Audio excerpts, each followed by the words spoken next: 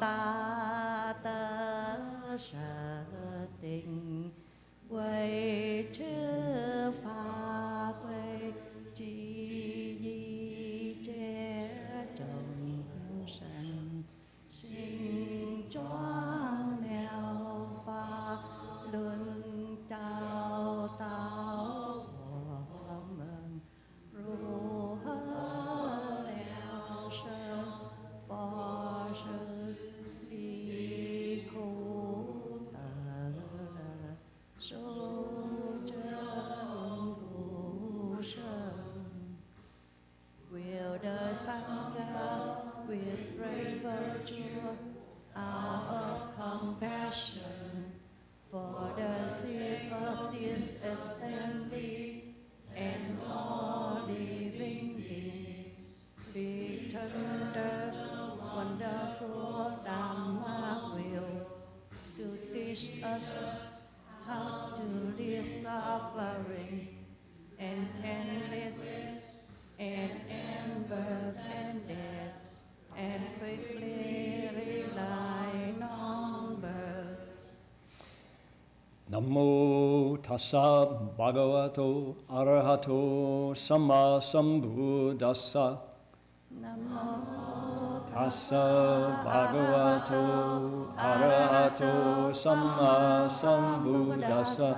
Homage to the Blessed Noble and Perfectly Enlightened One.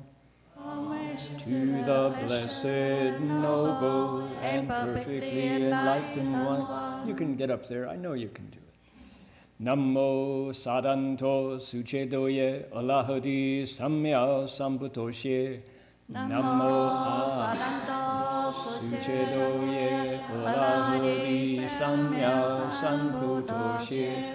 无上甚深微妙法，百千万劫难遭遇。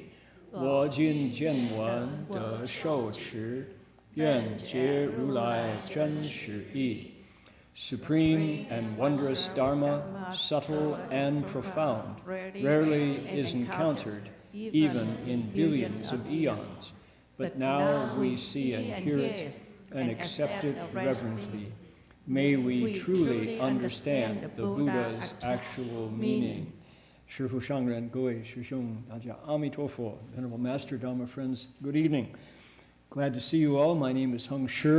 Tonight is Saturday, August 9th here in Berkeley, California. It is Sunday midday on the 10th of August in Asia and Oceania, down in Australia. I want to say how much I appreciate the friends who have volunteered to help translate into Mandarin from Australia into Vietnamese from here in the Bay Area.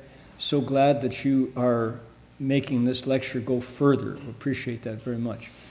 Also the friends who take time out of their Saturday night. Think of all the other things they could be doing, but instead they're here working over hot computers, making sure that this signal is live streamed out to YouTube and out to our website, etc. So, thank you all. Appreciate it deeply. Let us continue with our protocols for getting this lecture underway. We want to invite the Buddhas and Bodhisattvas of the Flower Garland Assembly. Hope that they draw near and shed their brilliant, bright light and bless everybody here and the 50-some people who've joined us online already. So.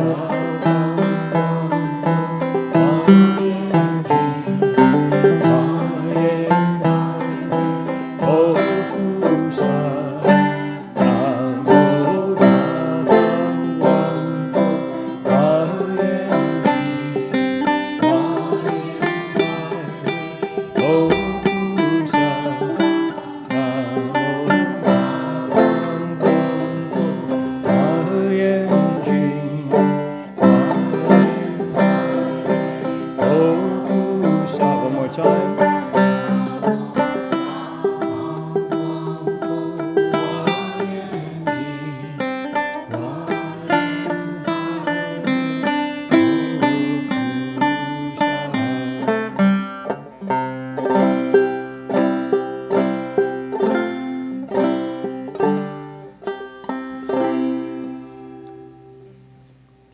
From a 100-year-old banjo. Isn't that lovely? Made in England in the early 19th century. All right, what else do we have in store in our protocols here? We'd like to acknowledge the Chochechno Ohlone people who practice their spiritual connections to the earth and to all creation here on their ancestral land for tens of thousands of years.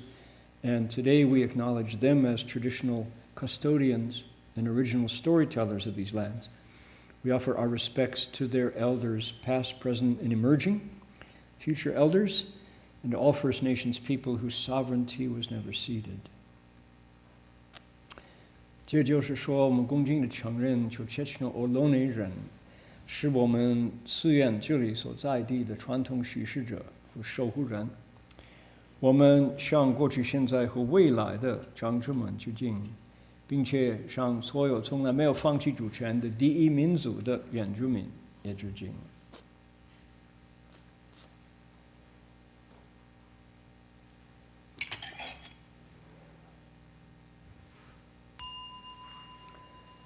Bell sound wide resounds throughout 100 million worlds. The Buddha's law is heard and spread all throughout the triple world. The wondrous sounds that everywhere fill the Dharma realm with peace. May those who hear it gain the strength to follow in faith the Buddha's path. 众生传3000界内，佛法让万亿国中，共训其法界和平，利益报他诺后德。Right. Last week, reading the acknowledgement of country, the original storytellers of the lands where I was were the Cherokee people in the Blue Ridge Mountains of the Southern Appalachians in the Shenandoah Valley of western North Carolina. A friend of mine, Professor Jeff Keith, who is on the staff at Warren Wilson College, has been going down into the ground where he lives, right there in the Shenandoah Valley. And they have found evidence of Cherokee people who took that exact place of land as a marketplace some, they think, 40,000 years ago.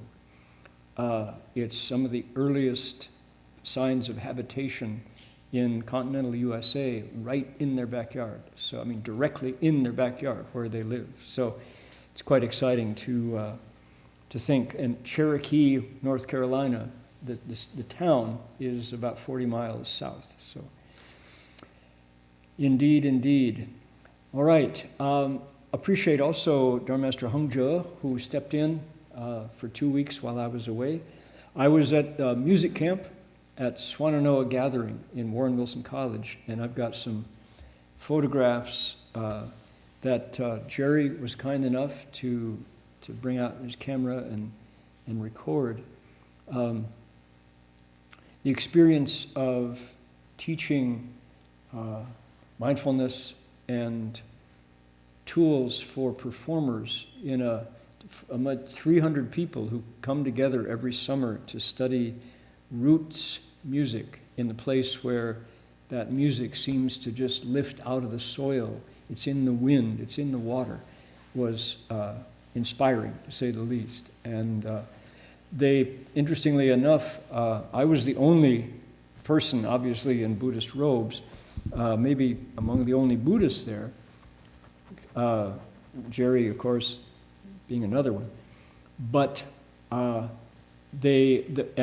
in the Deep South, that's a place where you might think, maybe maybe they'd not be so comfortable with somebody in Buddhist robes.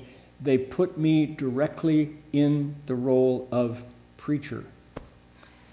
I was the man who's got religion, and they were very comfortable because there is that archetype, and I fit right in. So I gave benedictions along with music. So it was just amazing to see how, I guess 50 years in robes kind of sets you in a mold, and it's a universal mold. So, all right, some photos coming up. Also, later on tonight, Sam in the Gold Coast is collecting questions from folks. We've got 61 friends joining us online from such diverse places as, where are we from? Vancouver, Shanghai, Hong Kong, Saratoga, Montreal, Guangzhou, Taipei, Oklahoma, where else? Beijing, Harbin, Jiangsu, Liaoning, Guangzhou, Tangshan, Tianjin, Xi'an, Shandong, Beijing, Suzhou, Lanhai, Liaoning, let's see here, Hebei, 张小朋友，欢迎，好，湖南，四川、吉林、黑龙江 etc., etc., etc., right? So, how wonderful to know that the things that we're involved in tonight, sitting here in Berkeley, California, are global. There are people all over this planet interested in finding out more about the Buddha Dharma. Me too. That's what brings me back week after week. Interesting tonight, because Sudana, for those of you who are not familiar with what's going on in this lecture series, we've got a young man who is a pilgrim. He's looking for the truth. He's looking to unpack the layers of thoughts and attachments that cover over his mind, and he succeeds. Manjushri picks him out and says, you are someone who can, in one lifetime, become a Buddha. Sets him on the path. It takes 52 visits to teachers to succeed, but he does it. And this is a story about how he does it, what he learns from all of those teachers. It's an especially lively Buddhist sutra. Actual people doing believable things that we can relate to. Now, what's so interesting about this section tonight, this is teacher number 6. His name is Jieto. See, Billy is well trained. Did you notice he went right for the front row? That's so hard to get to. I want you to all pay attention to that. So the teacher, Jieto Zhangzhe, Elder Liberation, what's he talking about? He's talking about Buddhas. Yeah, well, yeah, duh, Buddhist Sutra, right? Yeah, but what this does, you'll notice my desktop, can you see it? It's a Buddha. This is Vairochana, and on one side is Manjushri, and the other side is Samantabhadra Bodhisattvas. And I'm going to challenge everybody to look at your understanding of what it means to say Buddha. Because I'll bet, that monks don't bet, right? But I'll bet. My guess is that if we have 2, 4, 6, 8, 10, we have about 20-some folks here, and then the 60 of us online, probably there are 80 different ideas of what a Buddha is among us. Probably everybody has a different version, a different vision of what a Buddha is. And this is one version, the one up above. That's a Chinese rendering of what a Buddha looks like. We'll see after we listen to what the teacher is going to show Sudana. And so far in this encounter with the teacher, it's all been prelude. It's all been preparation for the teaching. The elder liberation has to be convinced that Sudana is worthy. He can hold the Dharma that he's going to hear, and he believes it. Then Sudana just asks his request, incredible sincerity, details of what he wants to learn, what he's hoping to hear from this teacher. And boy, does he get satisfied. He gets such a teaching. And it will be probably about 3 weeks getting through this encounter. We're going to listen to the opening teaching. So let's jump into it right now. And I'll just tell you in advance, it's about Buddhas. Here we go. We'll do these 3 paragraphs first. 3 paragraphs in English, right? Here we go. I'll give you a line and you give it back. These are pretty much 4-character phrases. Okay, here we go. 入次三昧已，得清净身，于己身中显现十方，各施佛刹，为成数佛，即佛国度，众会道场，种种光明，诸庄严事，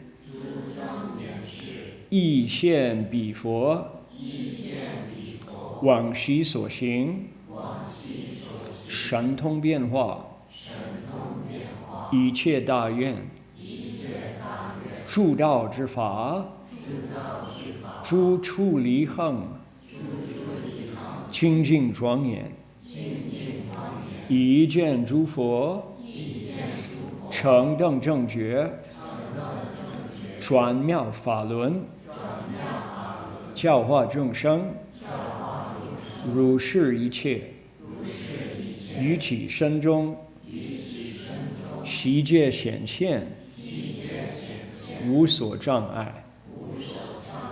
Good stuff. Okay, boy, that's wonderful. I get to hear all of you. I'm sitting in front, and the sound of everybody's voice in unison reading the sutra, matchless, truly wonderful. All right, now I'd like everybody to read together with me in unison, and the way we do it is pay attention to the punctuation. And recite. When we recite together, it's wonderful. We'll do it not call and response, but all together. And recite with your ears, listening to the person to the left and to the right. The punctuation are instructions for when to breathe, when to stop, when to start. So that's, see the comma here, and the period here, and then the white space that follows.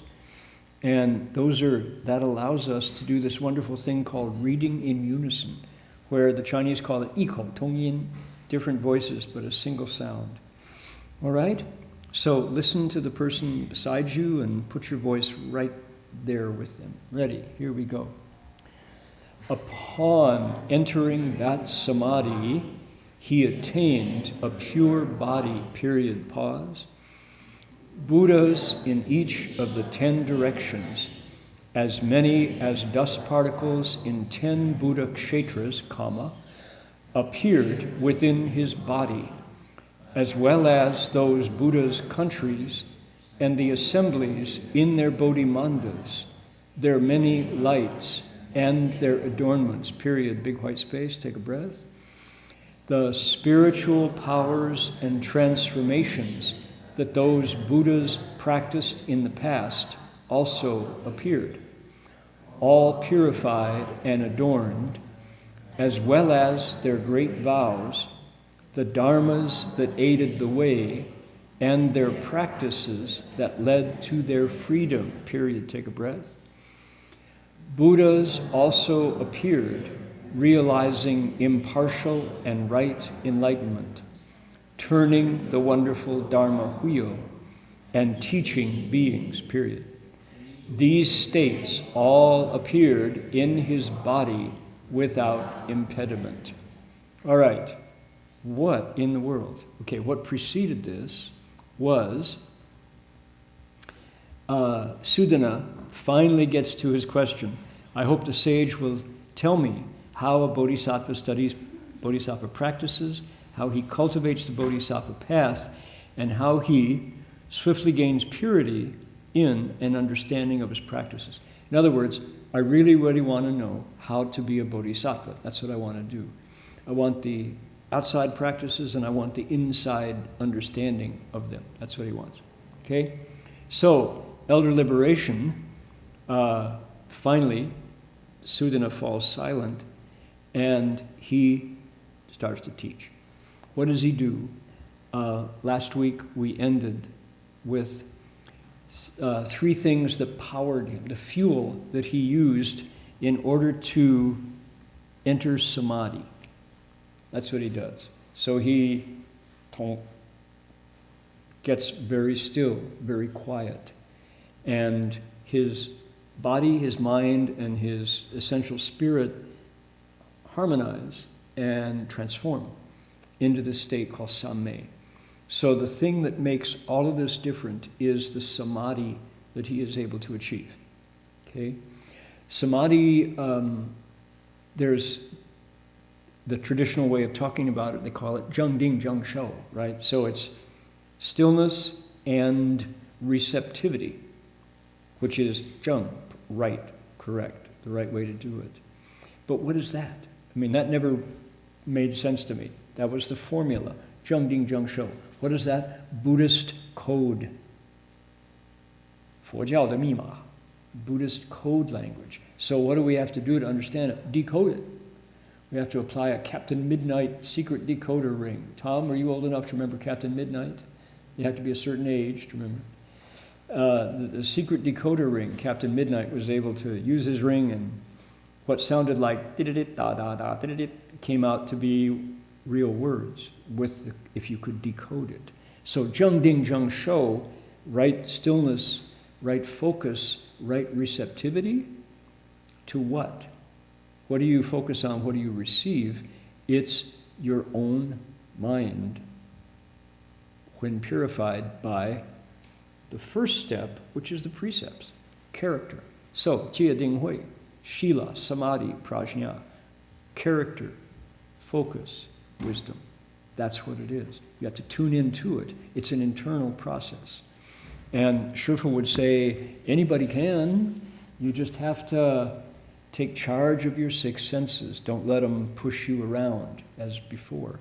There's more cushions over there or over here.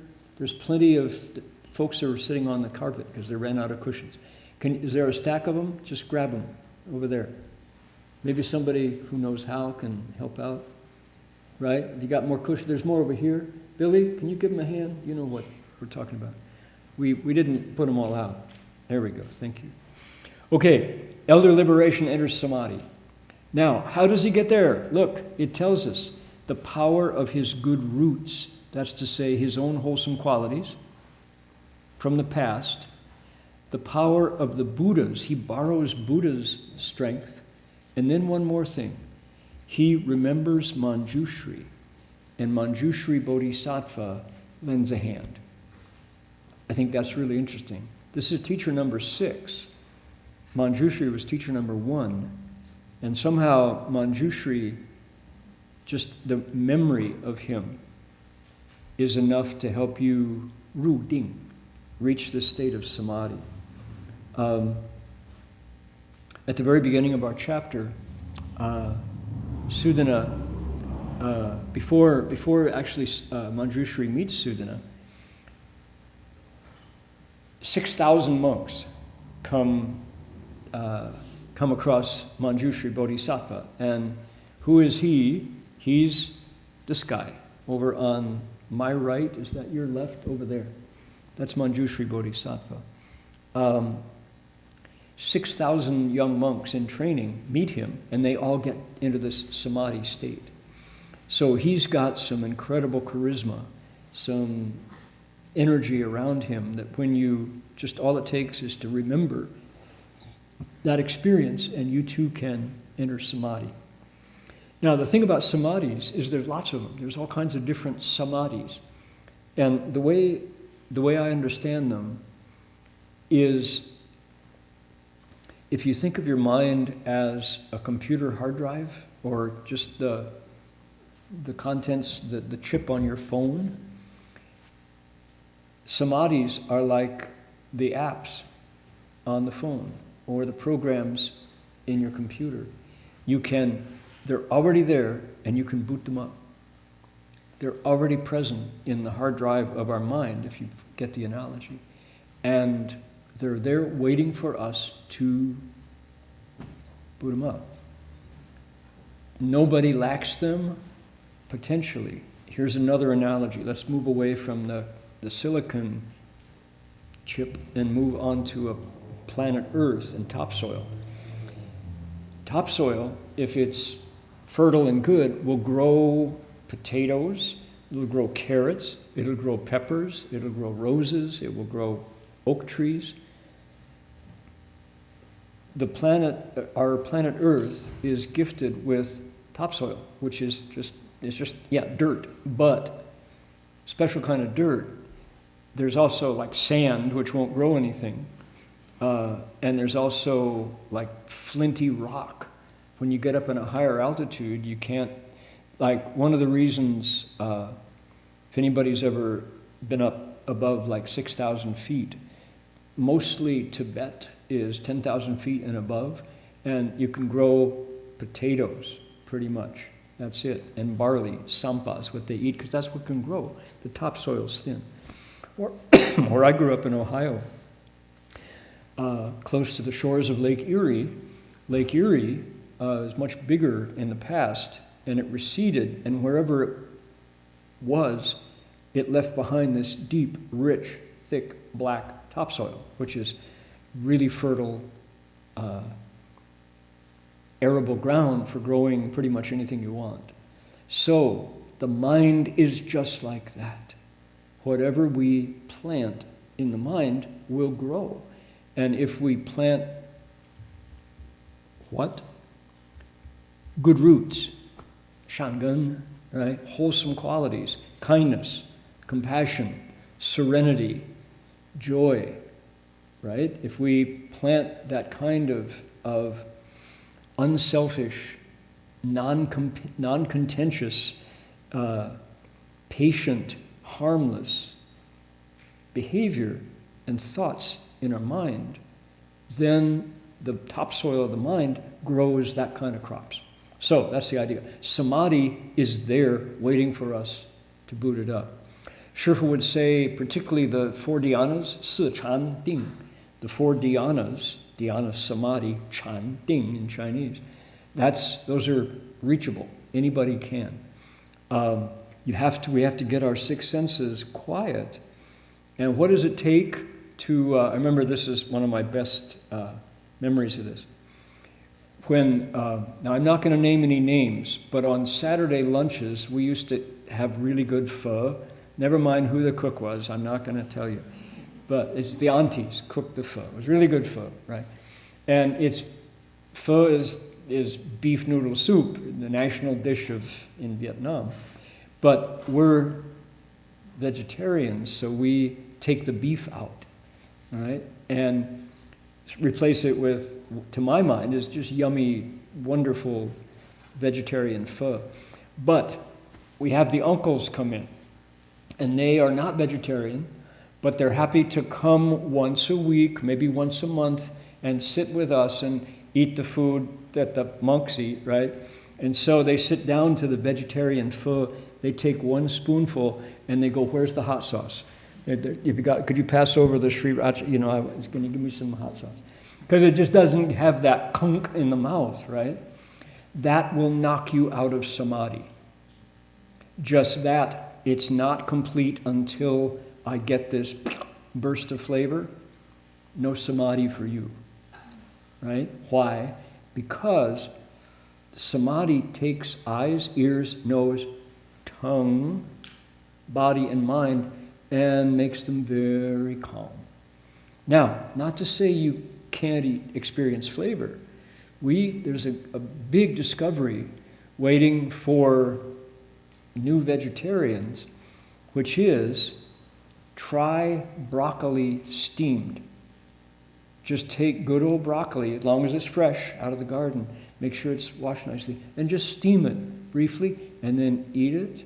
No salt, no oil, no spice. The flavor of vegetables is profound.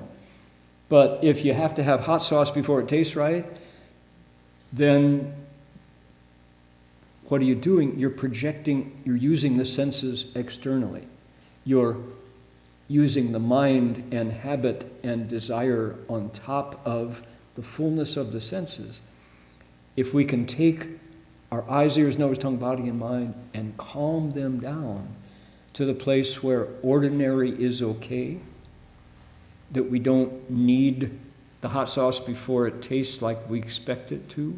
Instead, eat the veggie pho and go, wow, that's incredible fullness of flavor. Then we're on the path to samadhi. And all the senses have to be the same, right? That's the secret, is to be, the word is pingdang, zhu fa pingdang. So all dharmas are back to their natural source, and then you find the fullness of them, and then they transform. All right, I'm preaching, aren't I? So how do you get to dhyana samadhi? Calm down. Just calm down. Just quieter than normal. And what happens is not that it's boring and it's dull and those Buddhists just have no fun. It's not that.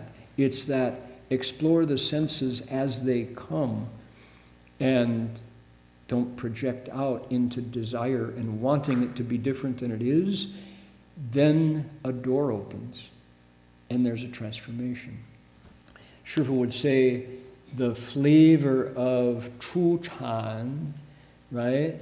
It's Li Sheng Miao Le Di. It's called the wonderful stage of joy beyond what ordinary living beings can experience. Li Sheng Miao Le Di, right?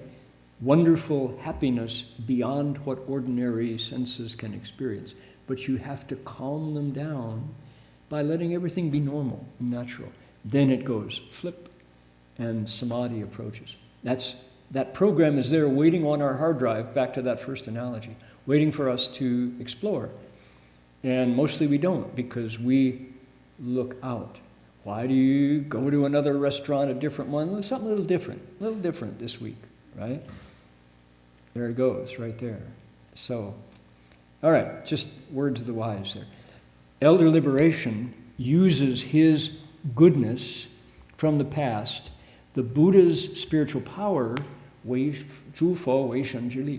Buddhas help out because they want Sudana to succeed, and Elder Liberation is the teacher, so they help out. And then his memory of Manjushri, Wanshu Shiri Tongzi. That's a little magical. It's just to say Manjushri's presence. He makes such an incredible ripple in the fabric. Those of you who watch The Matrix, right? There's a ripple in the flow.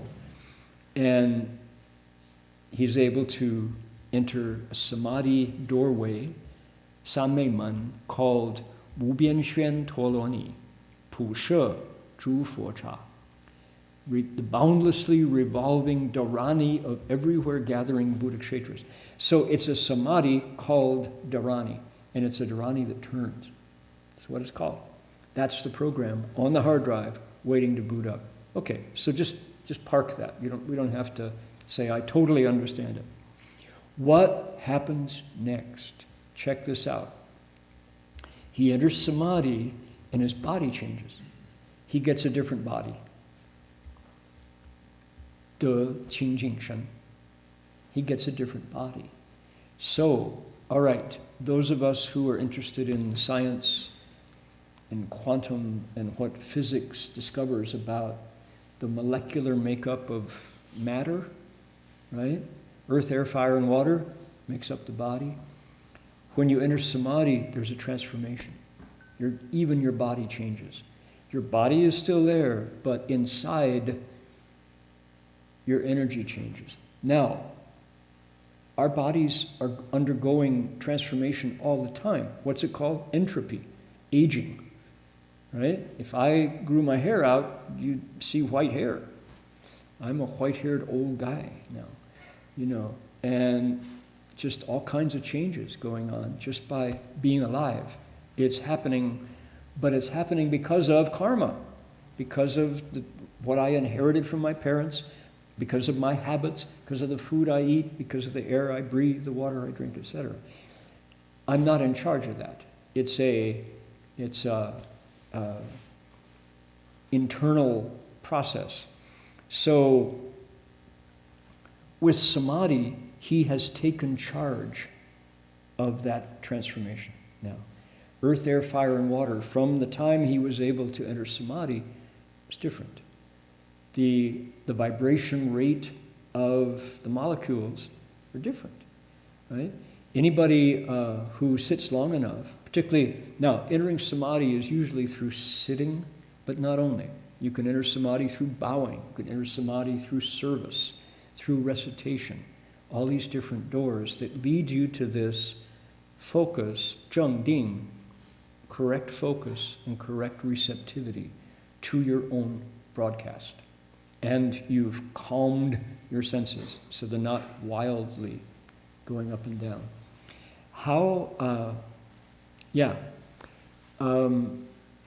Needless to say, if somebody wants to enter samadhi, we have to get a hold of our habits. Smoking, alcohol, substances, etc. In themselves are not to blame. It's our need to have them or else. That's the problem.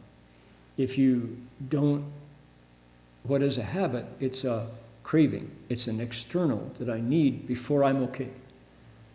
Can you do without it? Yeah. Really? Okay, try it out. Let it go and then try it out. Even caffeine, coffee. Anybody ever try to kick coffee if you have a 3-cup addiction? It's hard. 1 day, 2 days, 3 days, then you're through it, and then just the smell, you go by a coffee shop and it's like, your nose goes right inside and it's like, I think of it. We are not free until we really can be okay without. And again, this is not a mean-spirited, uptight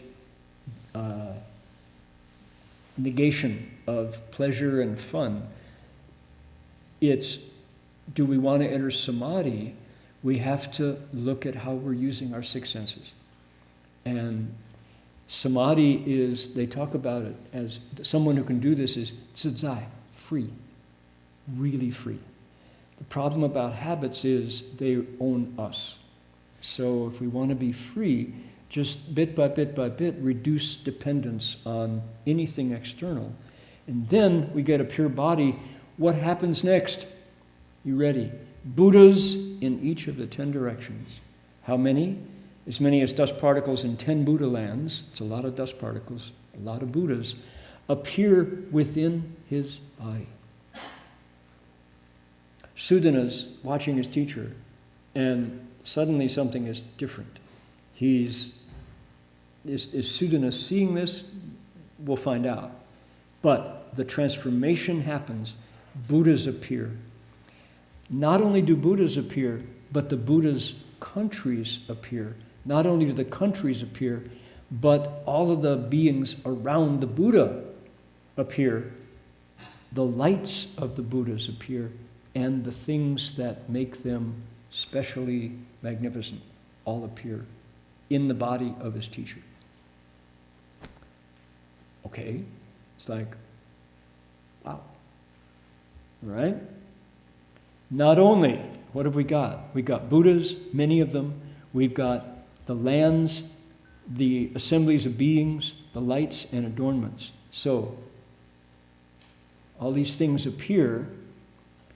What's more, spiritual powers, the Shantong and the transformations that the Buddhas practiced when they were teaching also appeared in his body. They looked very pure, they looked very magnificent. The vows that they made when they were practicing, the dharmas that aided the way, that's Buddhist jargon, zhu dao fa. Those are things like taiji chuan, things like diet, things like volunteerism, things like all of the work you did when you took a loss in order to help old people, your parents, animals, things like that. Those are all called dharmas that aid the way. Furthermore, the practices that allowed them to get free. So we had 5 of the first, here's 6, 7, 8, 9 things appear with the Buddhas. Furthermore, he saw Buddhas appearing, getting enlightened, turning the Dharma wheel, Buddhist code, and doing their teaching. All these things appeared in his body. Sudana saw them without impediment. Okay, now, what's the point of explaining it this way? I want to ask folks, when you think of a Buddha, what do you think of? That? Just somebody sitting there in full lotus? It's not wrong, right? But is that what we just heard? No. What we heard was a dynamic, multifaceted presentation of Buddhas. Okay, challenge you. Not that. We want this. All right.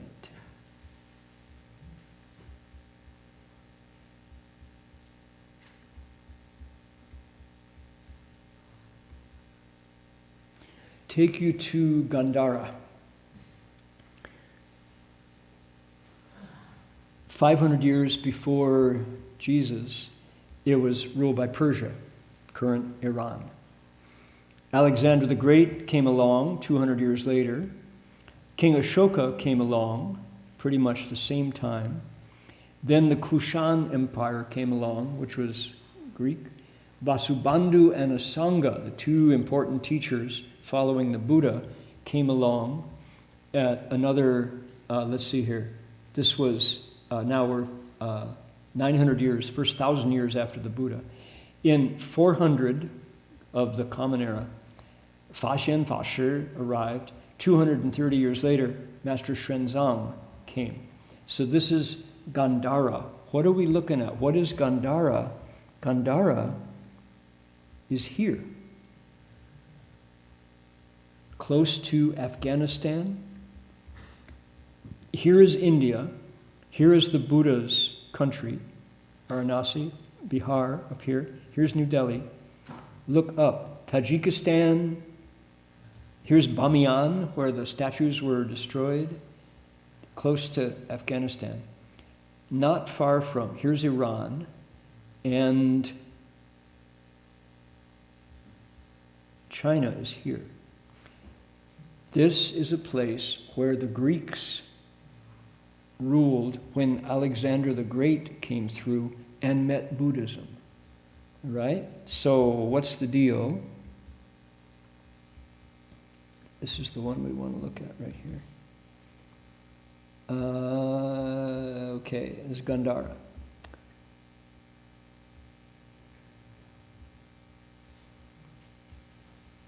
Okay, right there.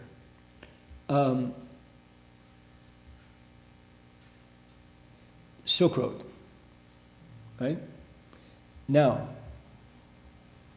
the amazing thing about this is the Buddhas that emerged look like this. What's your image of a Buddha? Does it look like this? 高鼻子吧？不是吗？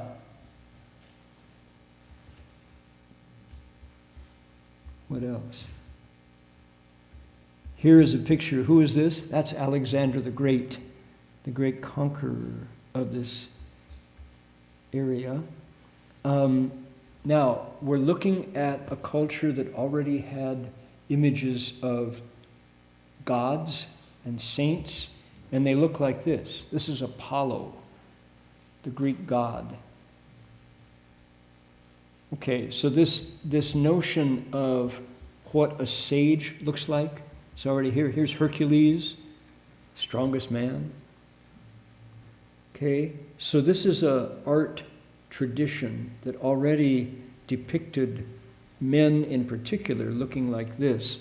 But when they heard about the Buddha, they said, the sage looks like this. And does he look Chinese? No, he distinctly doesn't. Does he look Indian? No, he does not. He looks Greek. He looks Hellenistic. He looks like he might have walked in Rome, perhaps. The Buddha's nirvana. All right, I'm showing you these. Here we go. Now, is that a Chinese image? It's not. Is it a Buddha? Yeah. Vairochana, that's the mudra. Speaking the Avatamsaka Sutra in full lotus. So notice what he's got around him.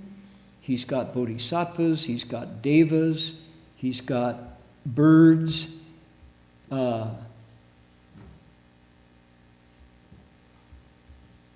probably donors of the statue, people with their palms together.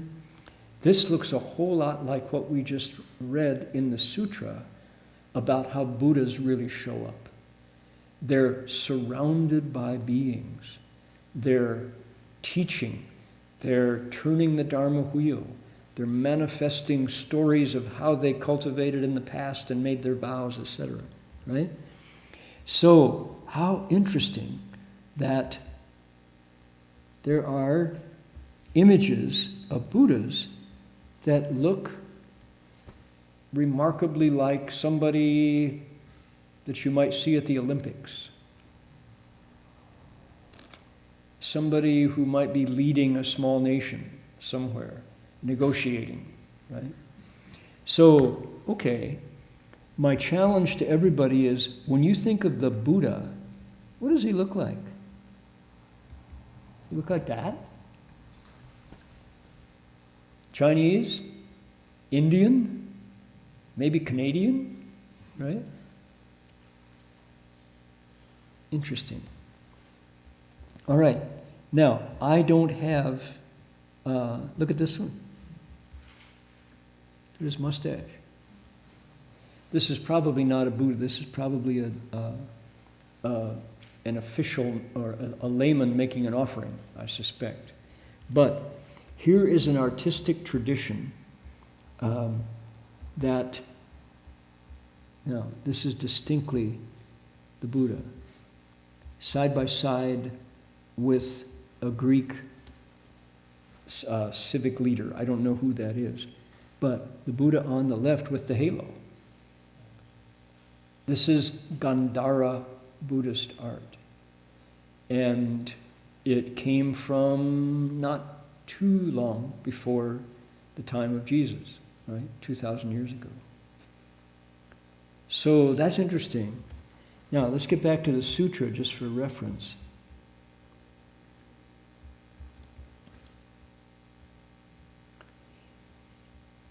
Elder liberation, entered samadhi, his body turned transparent, and Buddhas in 10 directions started to appear, and right inside, and the countries of the Buddhas appeared, all the beings around them appeared, all this different description of beings, and their lights, their adornments, etc., all started to appear. So what I want to do is rebuild everybody's understanding of what a Buddha is and what they're like. They're not simply sitting there, kind of, you go right past them because they look kind of awesome and you don't want to bother them. They're in samadhi, right? So the Buddhas in the sutra are super busy. They're probably wearing tennis shoes because look at all the things they have to do. They have to manifest spiritual powers and transformations. They have to make great vows and then live out their vows. You don't make a vow and then just kick back, put it on the shelf. Vows say, I will do this. And then you put it into practice. All of the dharmas that aid the way and the practices that led to their freedom. I love that phrase. You want to get free? Pick up a practice and make it work. Work it. Okay? One of my best examples, memories of how Shifu would teach. when he would come down to Los Angeles during the pilgrimage that I took, we would mark our place on the highway and then jump in a car and drive down to Gold Wheel and have a chance to listen to Shifu for Saturday and Sunday while we bowed outside the temple. We would then go back up and continue after counting off the number of bows we did in LA. During the night, we spent the night, as we always did, in our station wagon or in the garage if somebody else had driven us down.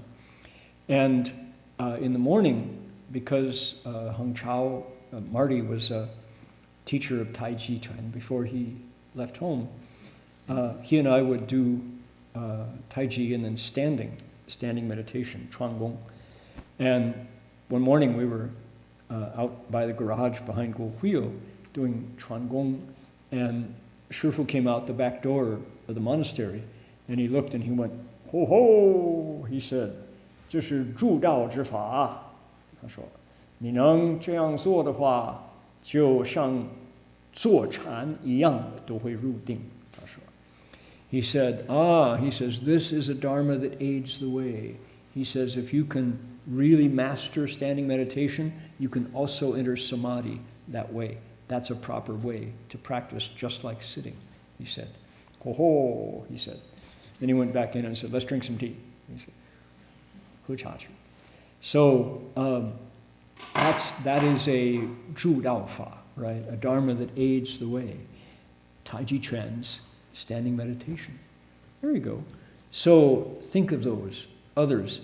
Anything that helps us take our six senses and calm them down.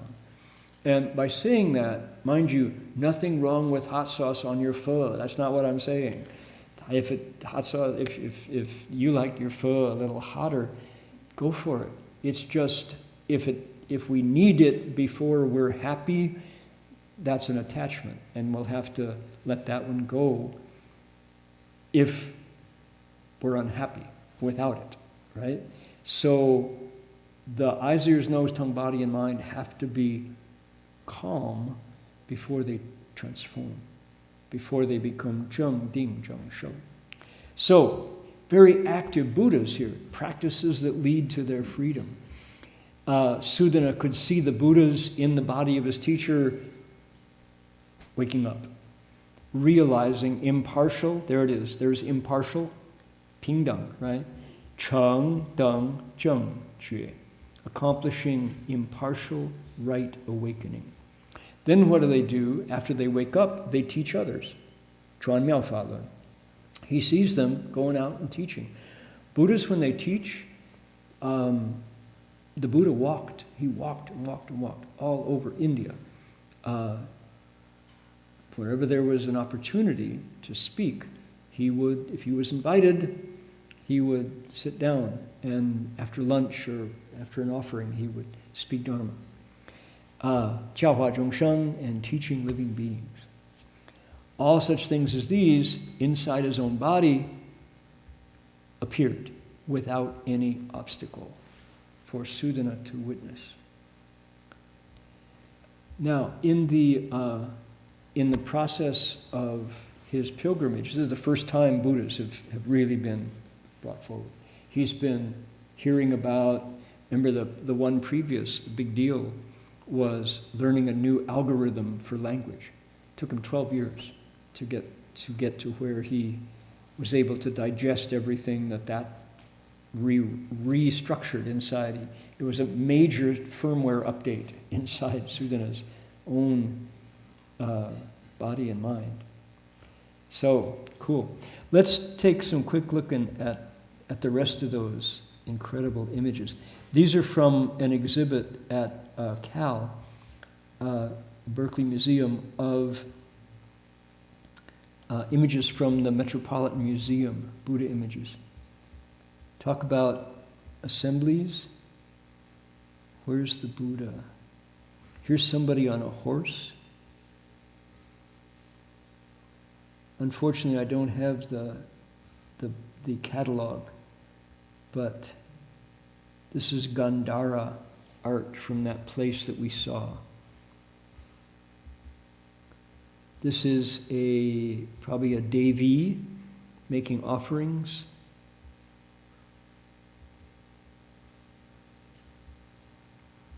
Here's that same image that we saw.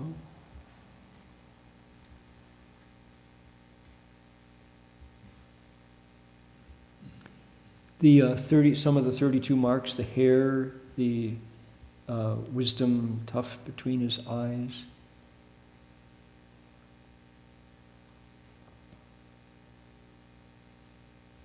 Incredible. These are all, 2,000 years old. Okay, we've seen that one. Here's the Buddha entering nirvana. People are sad. They're weeping. The Buddha's on his right side.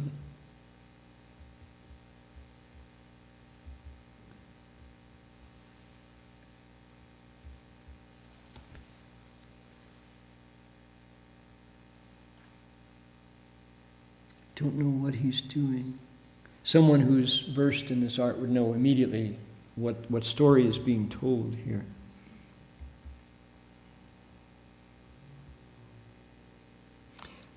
Notice the compassion. I mean, he's looking.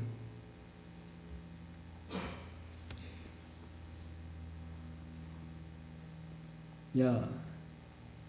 Looks like he's giving medicine, perhaps, or food.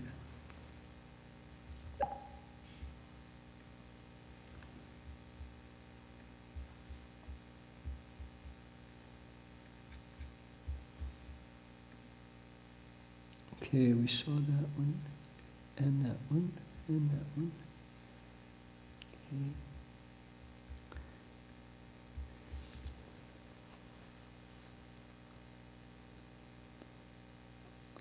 Even though the details are coarse and not fine because of the stone or whatever medium they're using, it's so expressive. It's just a simple plane with the eyebrows and the lines of the nose, and yet the sensitivity is really evident here. These are Buddhas, and how many of you think of Buddhas looking Western? Look at the mustaches on the, right?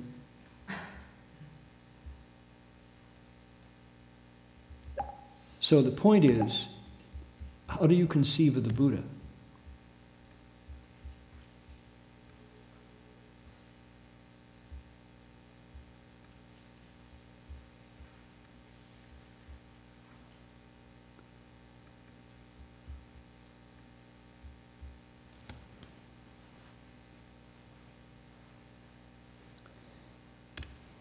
Okay, here we go. I have a theory that I've been trying out, and I've seen people react to this theory in different ways. We say all religion is a story. Every religion is a story. Someone who you trust, someone in authority, somebody who you don't doubt, tells you how it is. This is how it is. And we just repeat how it is. And the story continues, or it doesn't. Divinities, gods, or the power figure in the authority require believers to exist.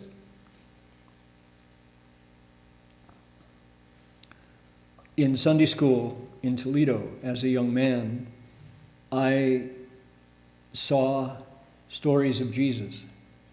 And the teacher was just one of the dads. The dads of the students took turns being Sunday school teacher because they didn't have a budget to hire any teachers. So the fathers took over, trying their best, of course. But they had textbooks, and the textbooks created Jesus as a surfer dude.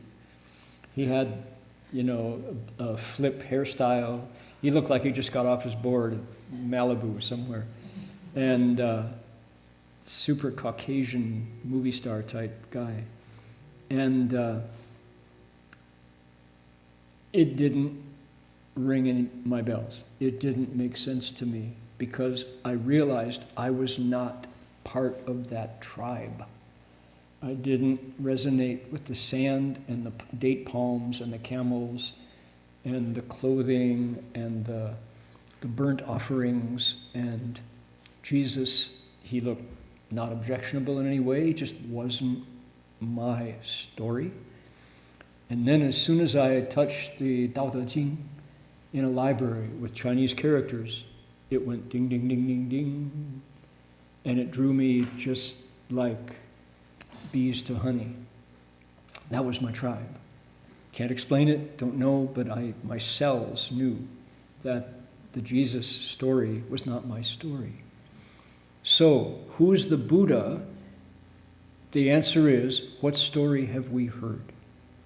Who did we see who told us that's the Buddha and here's how you behave? Those first impressions are deep and strong. What I'm doing tonight is an experiment in giving us the Sutra's description of what Buddhas do. And you know what? Buddhas are active. When we heard nirvana, what did we do with that word? Early translators of Buddhist sutras translated it as what? Extinction. What goes extinct? Dinosaurs go extinct. They're gone. Well, Buddhas are gone because they're in nirvana. Extinction? Poor translation. That's inaccurate. Buddhas don't go extinct when they enter nirvana. What they do is they transform the self and they realize great wisdom. Buddhas come from people who realize great wisdom. Where does the wisdom come from? The wisdom arises from the same place without the self. The obstacle of the self that says me is I'm in here and you're all out there and I kind of try to reach out to you and my husband and my wife and I always, feel frustrated because you don't know what I'm thinking, I don't know what you're thinking, and it's like frustrating. That's the self. The one that wants things and doesn't want other things. When that's gone, you are one with everything, and everything is you, and wisdom starts to function, and the light of your nature appears. Nothing obstructs it anymore. That's a Buddha. It's very dynamic. Now, Buddhas also come from vows. Amitabha. There's a story. The Buddha said, all of you bhikshus, you don't know this, sit down, I'm going to tell you about this Buddha. In the past, there was a bhikshu named Fa Zhang, and he made 48 vows, and every vow was to take living beings along to this place called the Pure Land, where there's no suffering. If you want to go there, recite his name. That's the deal. That's how it works. You want it? Recite. Because, it's a good story. It was such a good story that in the Tang Dynasty, nobody knew about Amitabha, they knew about Maitreya. Maitreya was the Buddha being talked about in the Tang Dynasty. Maitreya faded because the Pure Land of Amitabha sounded so much more accessible. The Maitreya story was told in 3 sutras. You had to wait for the dragon flower assembly, Long Hua Fa Hui, that was going to come in the future. Amitabha, recite, you go there now, or at the end of life, you choose. If you can recite to the Nian Fo San Mei, the samadhi of the Buddha's recitation, another samadhi waiting to be activated, another program on the hard drive. You can go there now, don't wait, right? People heard that and went, yeah, sounds good, I think I'll recite. How's it go? Namo what? Namo Amit, okay, Namo Amitofo. Got it. Story. It's a story. What did we hear about the Buddha? One more time. Elder liberation makes Buddhas appear in his pure, transparent body. Sudana can see their countries, assemblies, lights, and adornments. He can see their transformations, their powers, their vows, their dharmas that aid the way, and their practices. He can also see their awakening, their turning the wheel, and how they teach. It's a lot of stuff going on with the Buddha. As many as dust motes in 10 Buddha lands. A lot of them, right? The things that Buddhas do are so significant that they make ripples in the fabric of reality that linger after their nirvana to this day when the story is still being told. That's goodness. The goodness of Buddhas impresses humanity. They're so powerful. Okay, for example, sorry, those of you listening in a certain country where this is not okay, His Holiness the Dalai Lama is not a wolf in monk's robes, the way some people call him. He's a very kind monk. Anybody who stands next to His Holiness the Dalai Lama is like, he's a good guy. He's really kind. I like him. He says, I have no religion. My religion, basic human kindness. Yeah, I like that. You know, he's a fine monk. He works hard in his practice, and he's never been mean to anyone, you know. So, his reputation, if you know, in the world, how many leaders are there whom pretty much everybody who's ever met him says, he's impressive. Dalai Lama is one, right? Buddhas are 1,000 times more impressive than even His Holiness because of the goodness of the things they do. Their natures are uncovered. The number of electrical transactions in the awakened Buddha nature have not been equaled by any other entity in the world. And AGI with silicon will never get there, right? Artificial general intelligence, that everyone's kind of holding their breath, waiting to see which company gets there first. The number of transactions in a large language model that can rival the human brain. When that nature is purified, human nature is purified and focused, its functions are truly remarkable. They're not miracles. They are patterns that appear over and over in the sutras. What are they? Right here. This is how Buddhas function. They have countries. They have surrounded by people. They have lights. They're adorned. They're magnificent. They transform. They have psychic powers. They make vows. They practice. They wake up. They turn the Dharma wheel and teach. That's what Buddhas do. They are busy. They work hard to keep us out of harm's way. Furthermore, there are Buddhas inside atoms, dust motes. They say, open a dust mote and there are Buddhas inside. There is a molecular structure at some point where if you cultivate to that place in samadhi, you get perfection, you get Buddhas.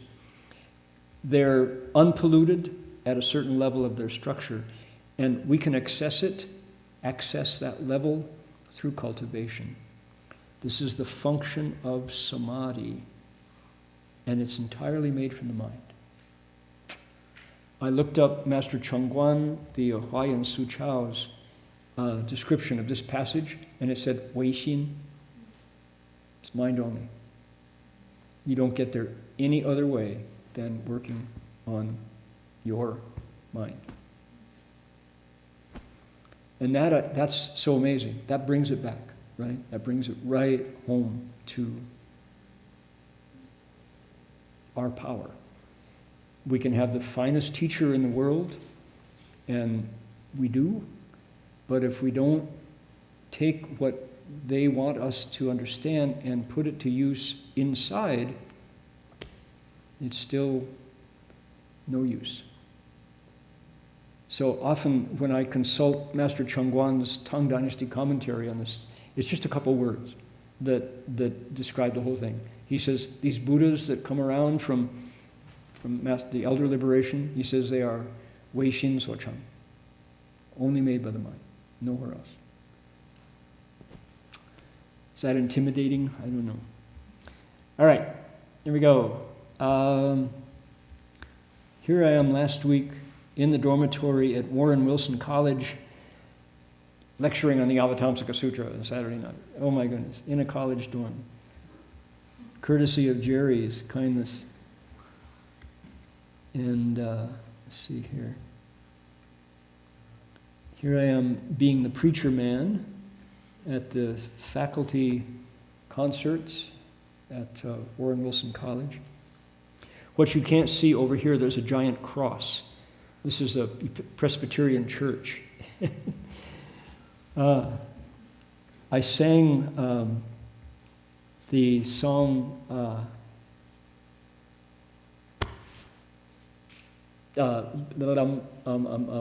does it go?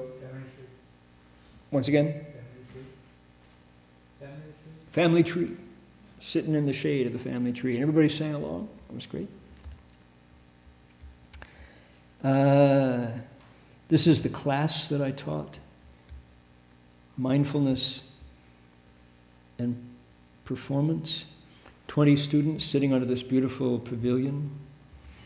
The people, there was a retired Methodist pastor from Cleveland. There was a graduate student from Yale. There was, here we are meditating. There was someone who aids vets with PTSD get back into society. Here is Scott Ainsley sharing his musical gifts. These are my co-teaching staff.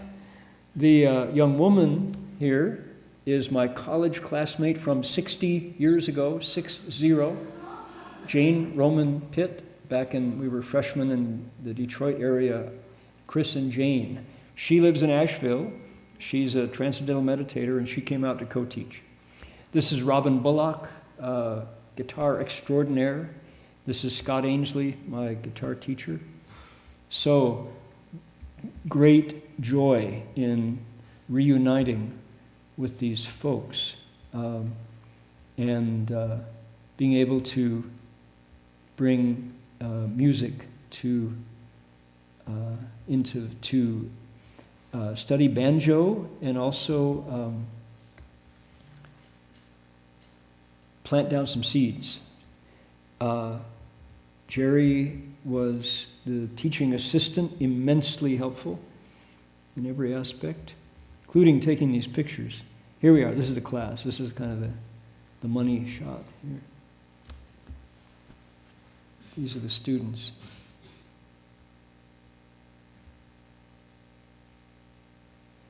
The woman in the white dress was a retired school teacher, and she said, "This was the very first time in my adult life I've ever sung in public. It was terrifying and it was wonderful," she said.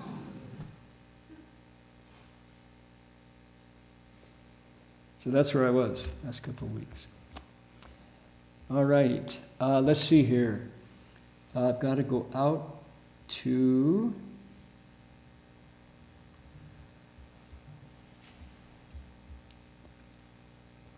Google Drive.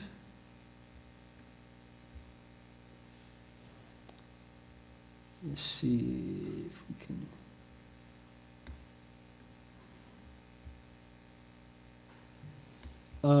I wonder if, let's see, maybe they linked.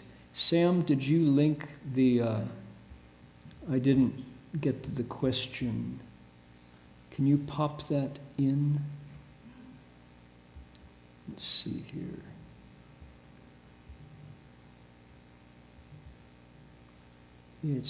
We'll find it. Here we go, Google Drive. And share with me.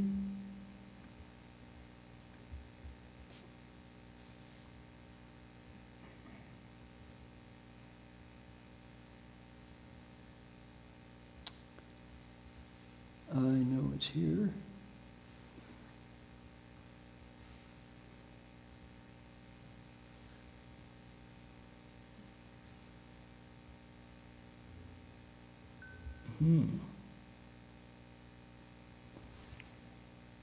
Here it is. You have to put it in the chat. There we go. Got it. Alrighty. Let's see here. I have a question, not about the sutra, but about the Shranga mantra. Someone said lay Buddhists should not recite the Shranga mantra. Too powerful for lay practitioners. Harmful. It's going to hurt you. Recite that mantra, you're in big trouble, you layman. The Buddha caught another one, yeah. So, as lay Buddhists, should we continue reciting? Why would people say don't recite the Shranga mantra? It's because they are afraid of it.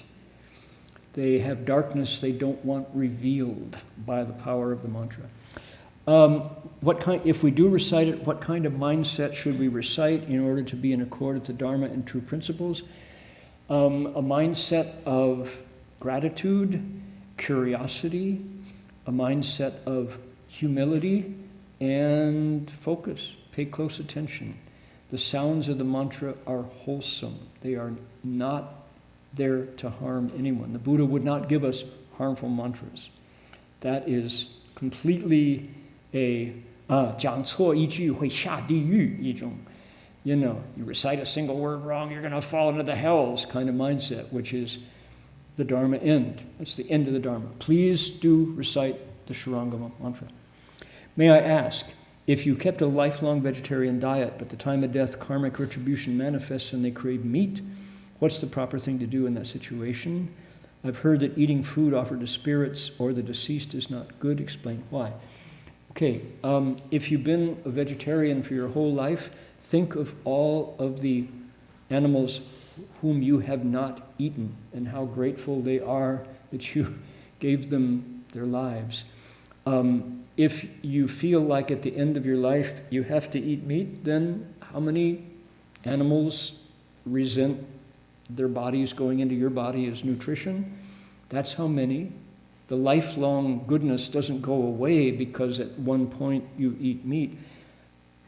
Whatever conditions required. So try your best. It's not, again, the attitude here is punishment somehow, that it's a trick and it's there to get you.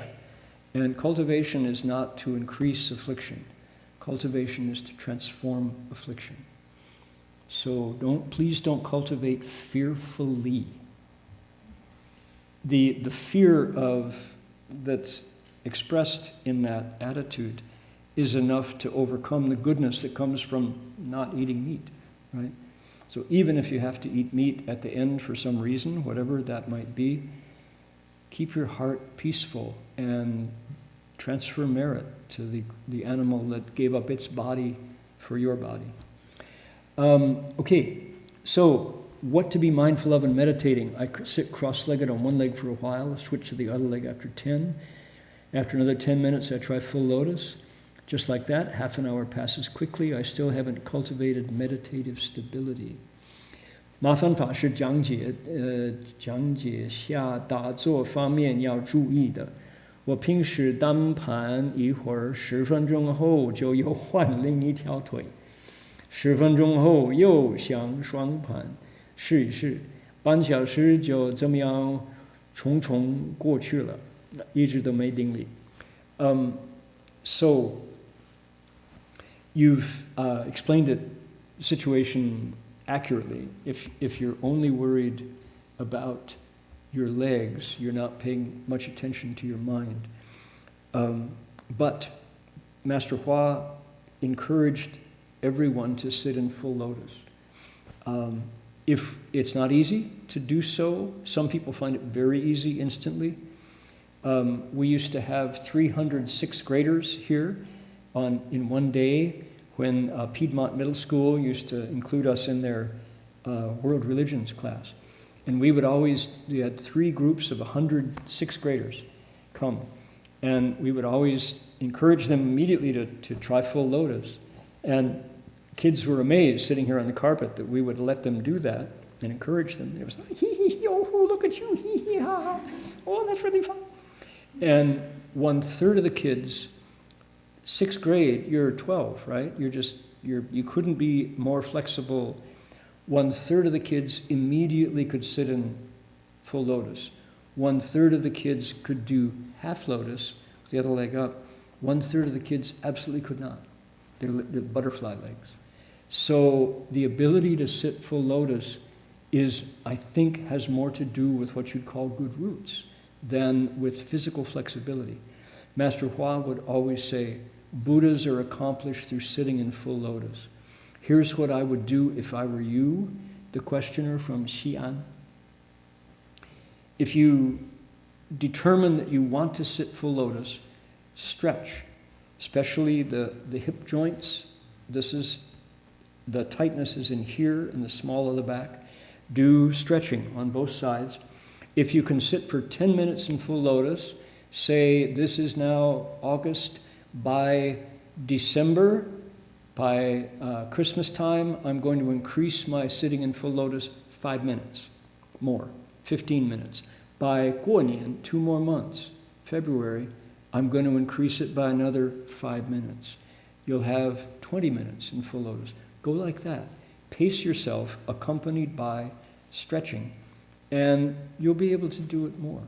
If you really, really can't take it, even sitting in a chair, no lotus, if you can keep your mind quiet, is better than switching back and forth and paying so much attention to your legs. Master Hua would say patience. Patience is the virtue that gets you through the door. Is it appropriate that I recite the Great Compassion Mantra 21 times in the morning, study the Shurangama Mantra afterwards, and read the Lotus Sutra in the evening? Certainly, no harm done. How you want to organize your practice is up to you. Those are all wonderful, wonderful dharmas. No harm. If you need to change your gongke, right, your practices, explore. Sudana goes to his teachers and says, how do I do it? He's learned, this is the 6th teaching that he's got. His medicine kit is full of Dharma teachings, Dharma practices. Amitabha, may I respectfully request your guidance. In China, which nunneries are aligned with the teachings of Venerable Master and are suitable for women practitioners to approach and cultivate? I honestly don't know.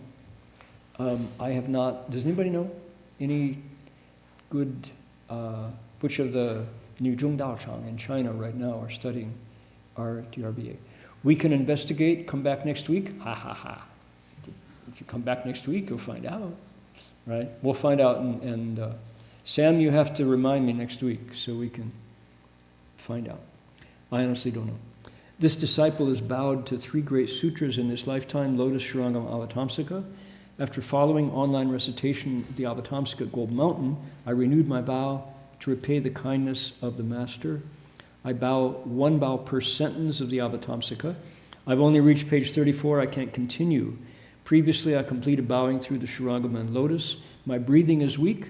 I've seen a doctor. I'm undergoing acupuncture treatment, no significant improvement. Sincerely and earnestly seek the guidance of the Master. How may the disciple pass through this great trial? Okay, I would say calm your mind. Calm your mind. For even wholesome dharmas, it's possible to be greedy. If you bowed to the Lotus Sutra, if you bowed to the Shurangama, well done. Isn't that wonderful? To say that now, for whatever medical reason, you're short of breath and you can't bow, you have to, at some point, 随缘, right? 随缘不变, 不变随缘, 保定我们三大经书. Okay, 礼拜我们三大经典. If you really, really can't bow to the sutra, sit in your chair and bow in your mind to every sentence. That's a perfectly good way to do it. You obviously have experience bowing, your body knows what to do, but if your body is not letting you do it, as you sit, calm your mind, light some incense, sit in your chair, and visualize every sentence, bowing. You got to page 34, I didn't bow to every sentence, I bowed to every word. To get to page 34 would take me 10 times longer than it did you, because you went every sentence. Fa wu ding fa, right? Dharmas are not fixed. Bow in your mind, visualize, use the same amount of time that you would do if you were physically bowing, to bow in your mind. And then let the doctor get your body back in shape. When the time comes, you'll be able to continue. But don't be greedy that you must do something or else trouble. That's affliction right away.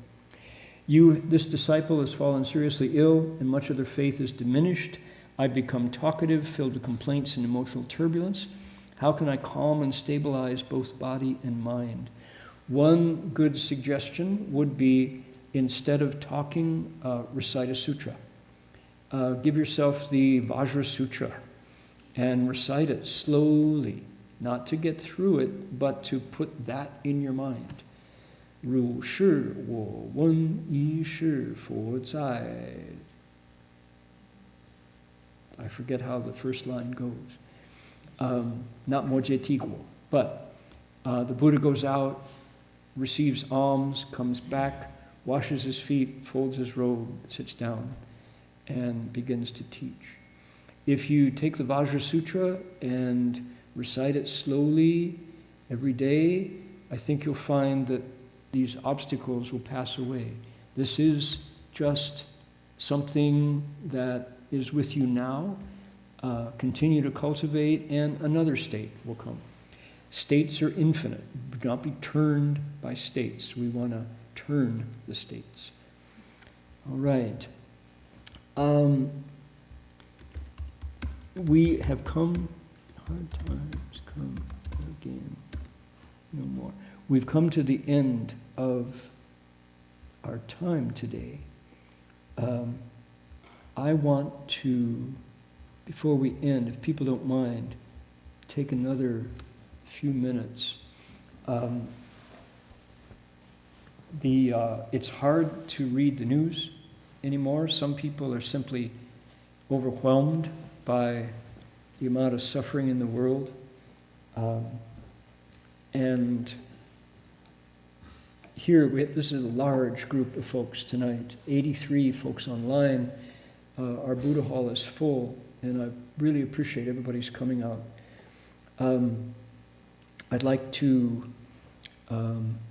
deliver some powerful musical medicine. This is a song by Stephen Foster. It was a song that he sang regularly, and it's unique among the songs that he left behind. This is 1855, 5 years before the Civil War broke out. And some of the, Scott Ainsley, who you saw in those photographs, sings this song in memory of his brother who passed away, whom he dearly loved. And he says this song is among American songs of 2 centuries. This is one of the power songs.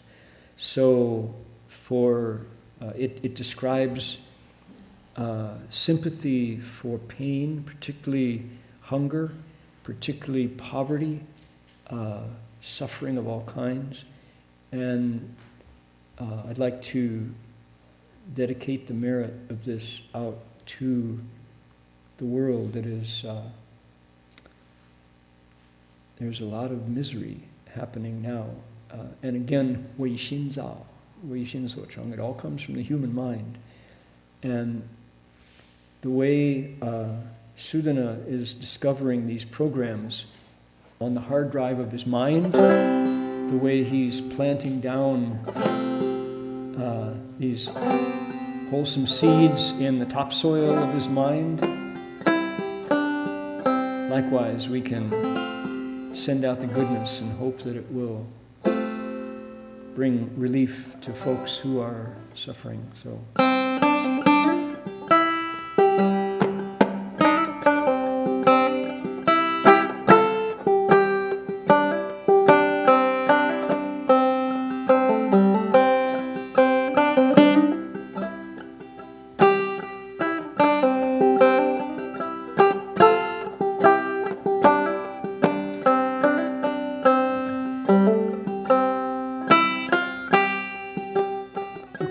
I think we can all sing.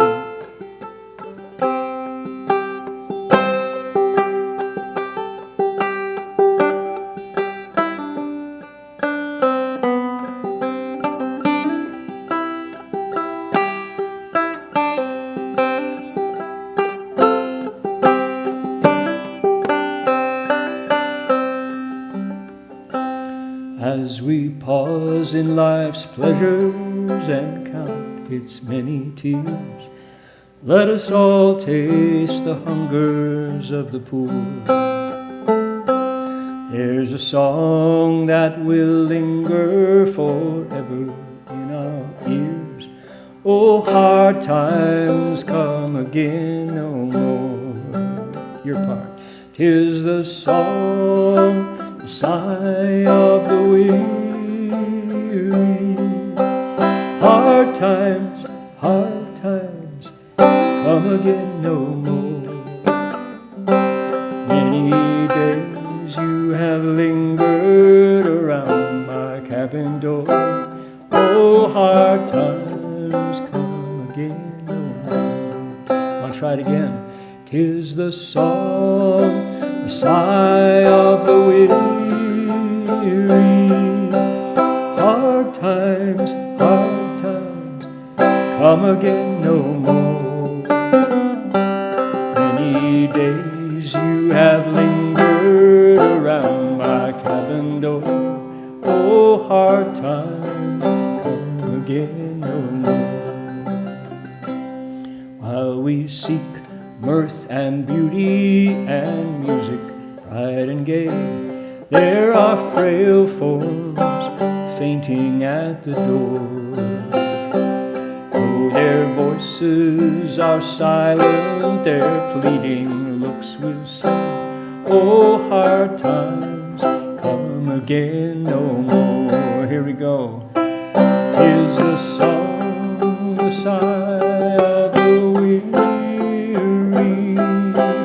Hard times come again no more. Many days you have lingered around my cabin door. Oh, hard times come again no more.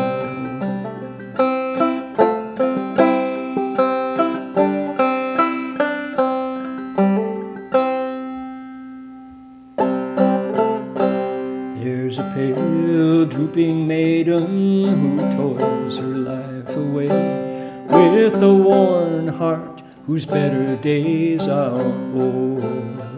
Though her voice would be merry, 'tis sighing all the day. Oh, hard times come again no more. 'Tis the song, the sigh of the weary. Hard times come again no more. Many days you have lingered around my cabin door. Oh, hard times come again no more.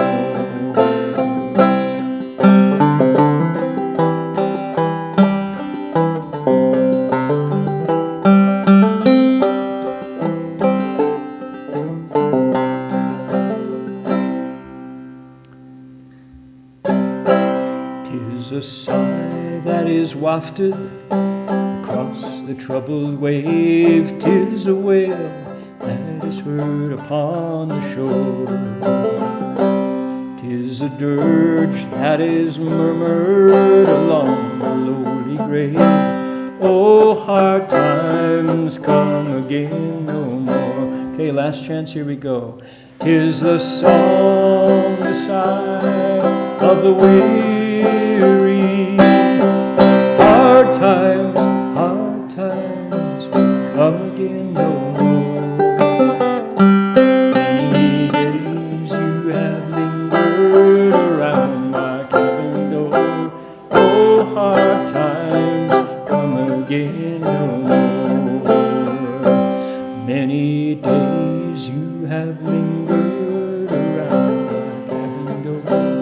Oh, hard times come again no more.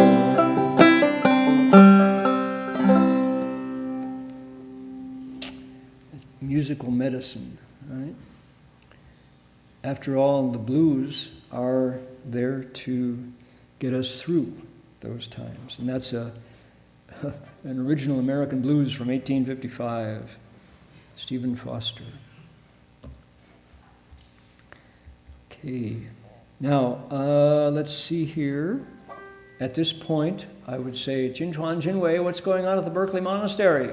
Well, they're not here. So I can't ask that. But you're here. You're going on at the Berkeley Monastery. So, once again, gratitude to everyone whose efforts allowed this lecture to go out. And I've given you some homework, all of you. There won't be a quiz, don't worry. But I want you to think about the Buddha. Who's the Buddha to you? And maybe think about who first showed you Buddhas. Was it in a book? Did you hear Alan Watts say the word? Or maybe D.T. Suzuki? Did you see a Buddha image?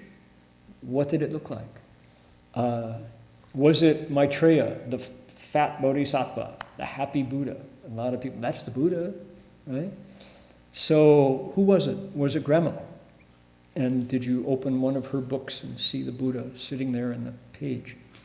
I'd be curious to know how you first heard the Buddha. Personally, I was drawn to Guanyin Bodhisattva more than Buddhas. So I even had Master Hua tell me, you know, 要念佛嘛，是无量光. He said, recite the Buddha's name, it's limitless light. And I went, yeah, Shifu, Namo Hola Dano Dola Guanyin Pusa. Different affinities. Okay, let's do our dedication of merit. Send this out wherever you would like your merit to go. Use that same, the place where minds touch in empty space. There's no fences. So if our focus is strong and clean, we can really send out ripples that count, that change people's hearts.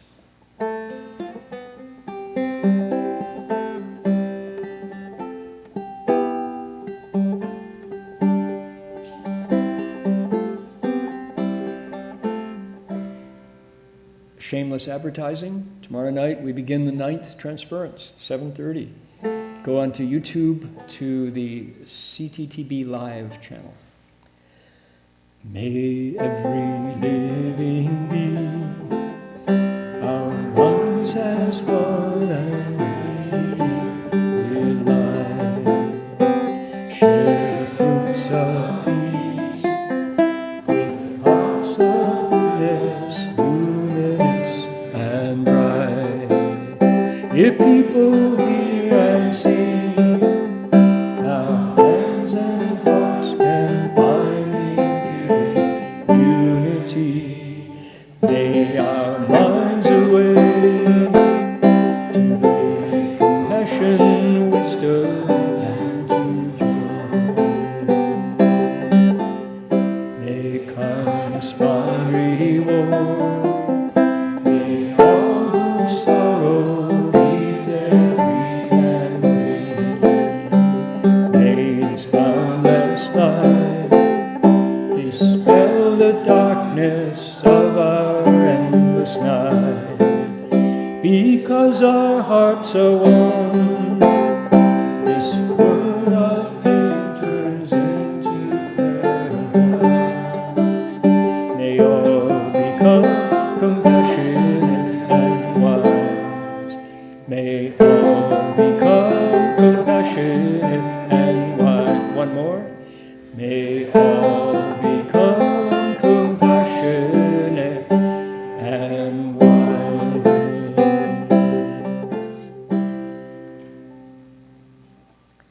And we'll finish right from where you're sitting. We can bow to Guanyin Pusa, who stands in for the Buddha. Here we go.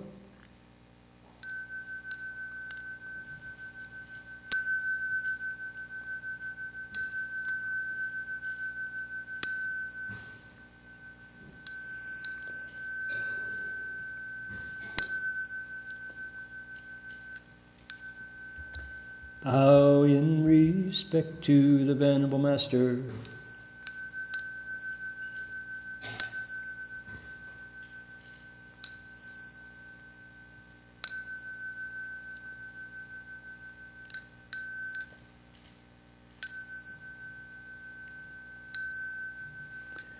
Okay, don't forget to look for Urban Lotus, the new musical album out on your favorite music distribution site. You can find it on Spotify, Apple Music, Amazon Music, or Bandcamp. Everybody know about Bandcamp? Here we go out to bandcamp.com, show you, bandcamp.com. When you get there, all proceeds go directly to the musicians here. And you can find, let's see here, you can find Urban Lotus somewhere. Here we go, Urban Lotus. Here it is, by golly, look at that. With a bunch of new songs, including Dedication of Merit. Hey, we just sang that. There you go. All right, see you next week. Amitofo.